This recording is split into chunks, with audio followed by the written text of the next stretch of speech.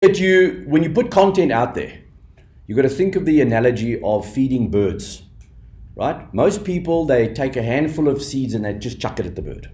And then, of course, the birds fly away. So often your messaging is either too wide, it's too spread out, and so you don't get the traction because now you're throwing tons of content at me, like that post you guys did. That's a post that people in your industry would love to read. But the customer won't read it because it's too out of their framework and there's so much of it. So when you feed birds, what do? You put down a couple of seeds and then you walk away. And then you put down some more seeds and then you walk away. Over time, there'll be millions of birds will come flying in and they'll all follow you. So when we build a website, the content on a website or content in Facebook advertising or on a splash page, you've got to give units of information, small units of information, and then put a call to action at the end of every one of those small units of information.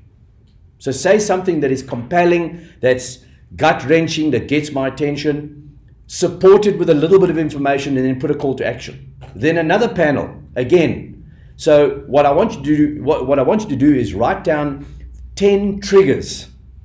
Write down 10 triggers that when you're sitting with a customer, and you say to them, right, so you want to build your business, you want to build your brand? The guy goes, yeah, that would be a trigger.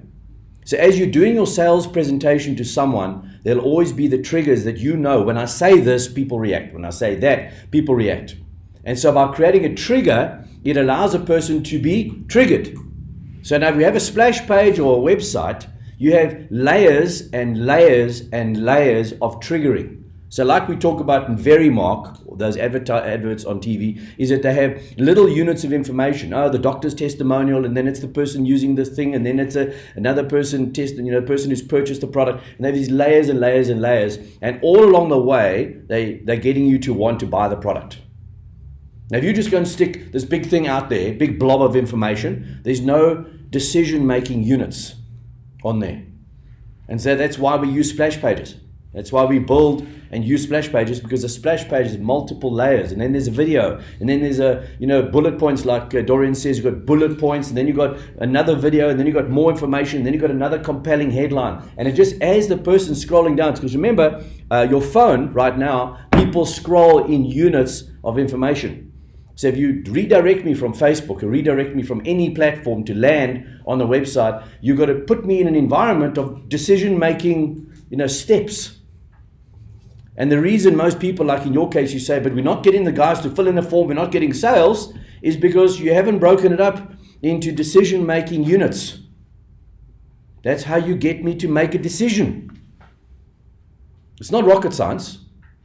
So number one, get a compelling, like a really, really compelling heading that gets my attention. Number two, the first words are the ones that support the heading.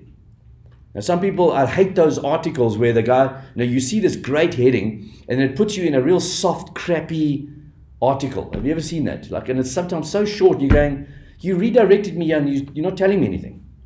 It's irritating. A lot of the American online magazines and stuff, they have these little inserts. Yes, and I want to know more. Tell me more. And they give me a little bit of information. It's not enough for me to, it actually just irritates me. It doesn't get me to make a buying decision. Continue, but some you offer just delete them. Yeah, you delete it because it's crap.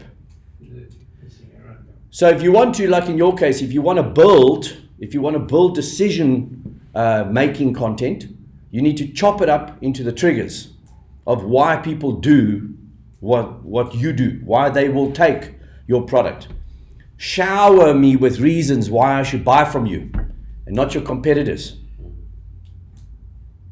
you understand how that works?